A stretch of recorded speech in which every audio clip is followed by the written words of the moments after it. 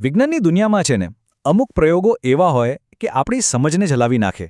તો આજે આપણે બસ એવો જ એક મજેદાર પ્રયોગ કરવા જઈ રહ્યા છીએ, અને એ પણ અંતર્ગોળ અરીસા સાથે. ક્યારે વિચાર્યું છે કે અરીસામાં જોતા હોઈએ અને આપણું પ્રતિબિંબ ઊંધું દેખાય? આ તે કેવો જાદુ! અરીસો કોઈ છબીને ઊંધી કઈ રીતે કરી શકે? બસ આ જ સવાલનું રહસ્ય આજે આપણે ખોલવા જઈ રહ્યા છીએ. તો આ આખા રહસ્યની ચાવી છે ને એક ખાસ પ્રકારના અરીસામાં છુપાયેલી છે. ચાલો તો પછી સમજીએ આ અંતર્ગોળ અરીસાની માયાજાળને. તો સૌથી પહેલાં તો એ સમજીએ કે આ અંતર્ગોળ અરીસો છે શું. એકદમ સિમ્પલ છે. એવો અરીસો જેની ચમકતી સપાટી છે ને એ અંદરની બાજુ વળેલી હોય, બિલકુલ કોઈ વાટકાની અંદરના ભાગ જેવી. અને માનો કે ના માનો, બસ આટલો નાનો વળાંક જ ફિઝિક્સનો બધો જ જાદુ કરે છે. ઠીક છે, થિયરી તો સમજાઈ ગઈ, પણ સાચી મજા તો પ્રેક્ટિકલમાં જ છે, ખરું ને? તો ચાલો ફટાફટ આપણા પ્રયોગની ગોઠવણ કરી લઈએ અને આ જાદુને આપણી પોતાની આંખે જોઈએ. આપણી ગોઠવણી બહુ સિમ્પલ છે.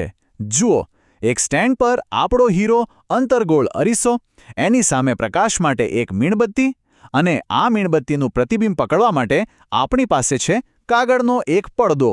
બસ આટલી જ વસ્તુઓ જોઈશે. હવે અવલોકન શરૂ કરવાનો સમય છે. આ રહે આપણા આખા સેટઅપની બ્લ્યુપ્રિન્ટ. આપણી વસ્તુ એટલે કે મીણબત્તી, એમાંથી નીકળતા કિરણો અરીસા પર અથડાઈને પાછા ફરશે અને પડદા પર એક ઇમેજ બનાવશે. પણ સૌથી મોટો સવાલ એ છે કે આ ઇમેજ દેખાશે કેવી?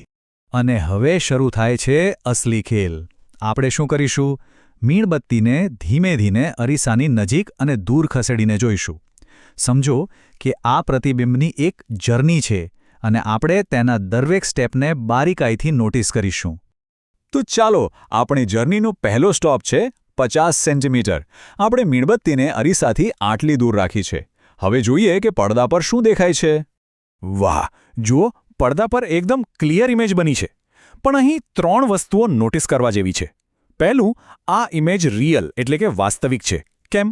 કારણ કે આપણે એને પડદા પર ઝીલી શકીએ છીએ. બીજું, એ ઉલટી છે. મીણબત્તીની જ્યોત નીચેની તરફ દેખાય છે. અને ત્રીજું, એ મીણબત્તી કરતાં સાઇઝમાં નાની છે. આ આપણને પહેલો ક્લુ મળ્યો. ઓકે, હવે મીણબત્તીને થોડીક નજીક લાવીએ. નવું અંતર 30 સેન્ટીમીટર. શું લાગે છે, રિઝલ્ટ બદલાશે? અને યસ, ચેન્જ તો થયો છે. ઇમેજ હજી પણ વાસ્તવિક અને ઉલટી જ છે. પણ સૌથી ઇન્ટરેસ્ટિંગ વાત છે એની સાઇઝ. હવે પ્રતિબિંબનું કદ બરાબર મીણબત્તી જેટલું જ છે. જોયું? આપણે જેમ નજીક આવ્યા એમ પેલી નાની ઇમેજ મોટી થઈને ઓબ્જેક્ટની સાઇઝની થઈ ગઈ. આ તો મજા પડી રહી છે. હવે શું? ચાલો હજી નજીક જઈએ. ધારો કે 10 સેન્ટીમીટર પર. હવે શું થશે? શું ઇમેજ હજી મોટી થશે? અને એકદમ સાચું. જુઓ, ઇમેજ હજી પણ વાસ્તવિક અને ઉલટી જ છે. પણ હવે એ મીણબત્તી કરતાં ચોક્કસપણે મોટી દેખાય છે. મતલબ કે એક પેટર્ન તો ક્લિયર છે. જેમ જેમ આપણે વસ્તુને નજીક લાવીએ છીએ એમ એમ એનું વાસ્તવિક અને ઉલટું પ્રતિબિંબ મોટું ને મોટું થતું જાય છે. પણ દરેક સારી વાર્તામાં એક ટ્વિસ્ટ તો આવે જ છે. શું થશે જો આપણે આ પેટર્નને બ્રેક કરીને એકદમ જ નજીક જતા રહીએ તો?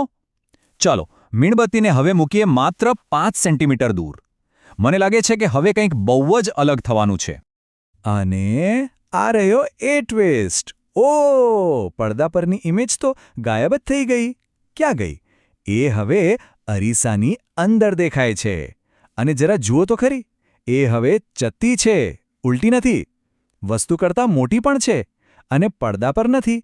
એનો મતલબ કે એ વર્ચ્યુઅલ એટલે કે આભાસી છે. વાહ, એક જ ઝાટકે ઇમેજના 3 ગુણધર્મો બિલકુલ બદલાઈ ગયા. તો આ આખી જ જર્નીમાં આપણને ઘણા બધા ક્લૂઝ મળ્યા. હવે સમય છે આ બધા અવલોકનોને ભેગા કરીને આખી પિક્ચર સમજવાનો. આ ટેબલમાં આખો પ્રયોગ એક જ નજરમાં જોઈ શકાય છે. જુઓ, 50 સેન્ટીમીટરથી લઈને 10 સેન્ટીમીટર સુધી. સ્ટોરી એકદમ સીધી છે. રિયલ અને ઉલટું પ્રતિબિંબ જે ધીમે ધીમે મોટું થતું જાય છે. 30 સેન્ટીમીટરે આપણો મેજિક પોઈન્ટ છે, જ્યાં વસ્તુ અને પ્રતિબિંબની સાઇઝ બરાબર થઈ જાય છે.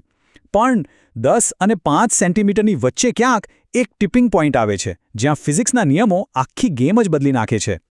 આપણે જે જોયું એ ખાલી આંકડાઓ નથી. આની પાછળ ફિઝિક્સના બહુ જ પાવરફુલ સિદ્ધાંતો છુપાયેલા છે.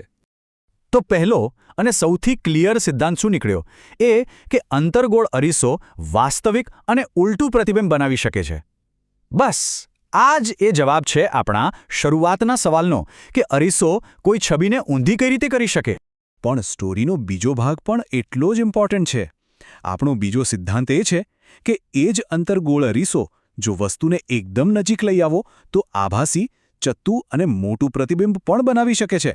અને આનો ઉપયોગ આપણે રોજબરોજ જોઈએ છીએ. ડેન્ટિસ્ટ દાંતની નાનામાં નાની વિગત જોવા માટે જે અરીસો વાપરે છે કે પછી શેવિંગ મિરર જેમાં ચહેરો મોટો દેખાય છે, એ બીજું કંઈ નહીં પણ અંતર્ગોળ અરીસો છે. અંતર્ગોળ અરીસાની આ જે ડ્યુઅલ પર્સનાલિટી છે ને એ જ એને બહિર્ગોળ અરીસાથી એકદમ અલગ પાડે છે. બહિર્ગોળ અરીસો જેની સપાટી બહારની તરફ ઉપસેલી હોય એ તો હંમેશા એક જ ટાઈપની ઇમેજ આપે, આભાસી, ચત્તી અને વસ્તુ કરતાં નાની, જેમ કે ગાડીઓના સાઇડ વ્યૂ મિરર. પણ આપણો અંતર્ગોળ અરીસો તો એકદમ અલગ છે. એ તો પરિસ્થિતિ પ્રમાણે પોતાનો આખો સ્વભાવ જ બદલી શકે છે. તો આ આખી સફરના અંતે એક સવાલ અહીં વિચારવા જેવો છે. આપણા પ્રયોગના ડેટાને ફરીથી યાદ કરીએ.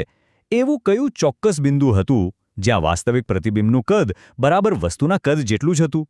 ભૌતિક વિજ્ઞાનમાં આ ખાસ બિંદુને શું કહેવામાં આવે છે અને આપણા આ પ્રયોગમાં એનું આટલું મહત્વ કેમ છે?